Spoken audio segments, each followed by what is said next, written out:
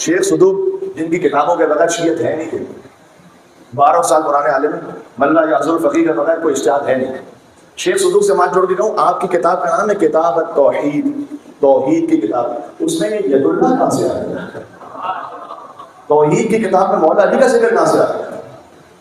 توحید کی کتاب میں یہ لسان اللہ کا ذکر کہاں سے آ گیا؟ ارے اللہ کی توحید پر عقیدہ پورا نہیں ہوتا،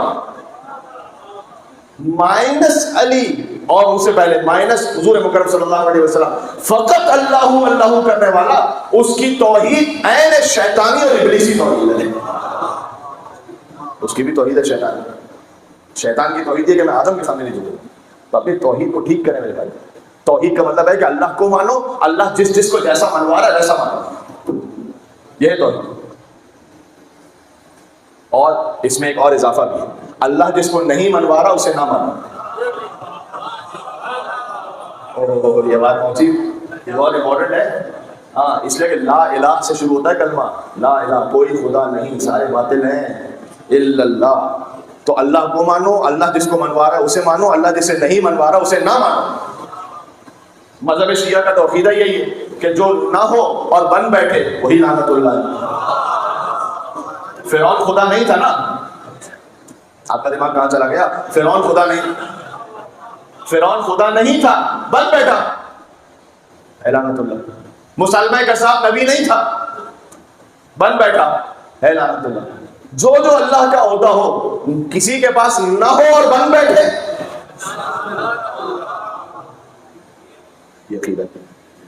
اس پر بھی بعض لوگوں کو تھوڑی سی تکلیف ہوتی ہے، میں اس کی وضاحت کروں۔ دیکھیں ابھی نعرہ لگانا خالی نعرہ حیدری کا لگانا ہے، کوئی لعنت ملامت کرنی، میں بات سمجھانا چاہ رہا ہوں۔ میں اس لیے کہہ رہا ہوں کہ کئی جذبات میں کوئی ایسا نہ ہو کہ مولانا جذبات میں جوش خطابت میں لوگوں کو مجمع کو اٹھا کر پھر ایک بات کہہ دی، نہیں، ذرا تھوڑا سا انٹلیکچولی اس کو سوچیے۔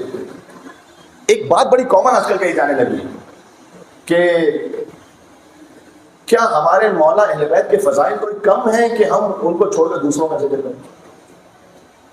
کیا ضرورت ہے مجلس میں ہمارے مولا ہی کے فضائل اتنے ہیں کہ مولا ہی کے فضائل پڑھو، کیا ضرورت ہے دوسروں کا ادھر ادھر ذکر کرنے کی؟ یہ سنا آپ نے؟ نہیں سنا میرے بھائی؟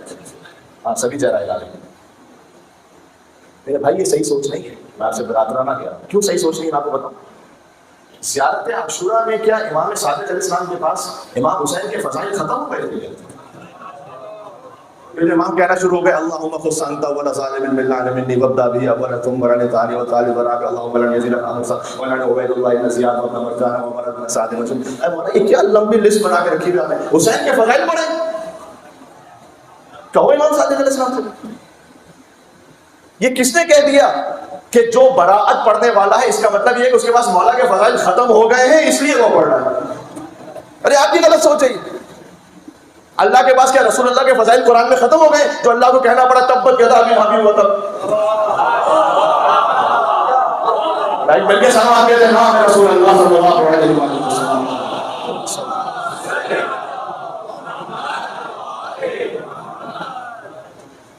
یہ برات، یہ کلینزنگ ہے۔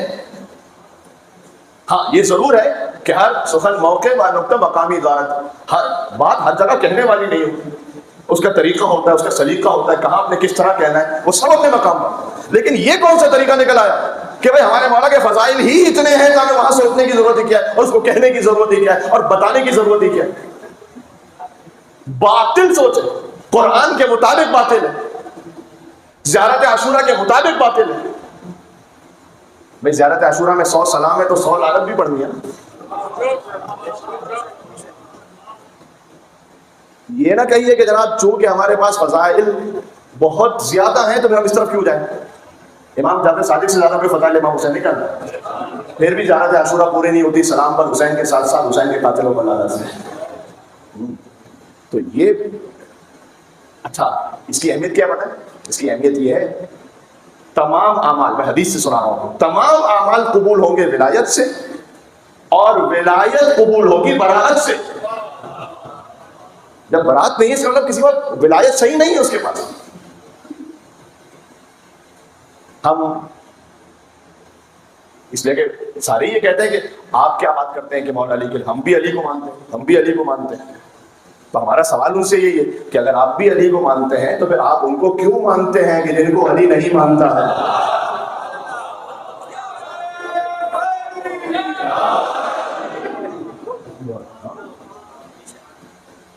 تو اس میں کوئی اپولوجیٹک ہونے کی ہمیں ضرورت نہیں کہ نا ہمارا تو عقیدہ ہی نہیں ہے، یہ جو ہے وہ ہے، میں نے اس کیا، لیکن اس کا سلیقہ ہے، اس کا طریقہ ہے، کہاں کیا بات کہنی، کہاں کیا بات نہیں کہنی.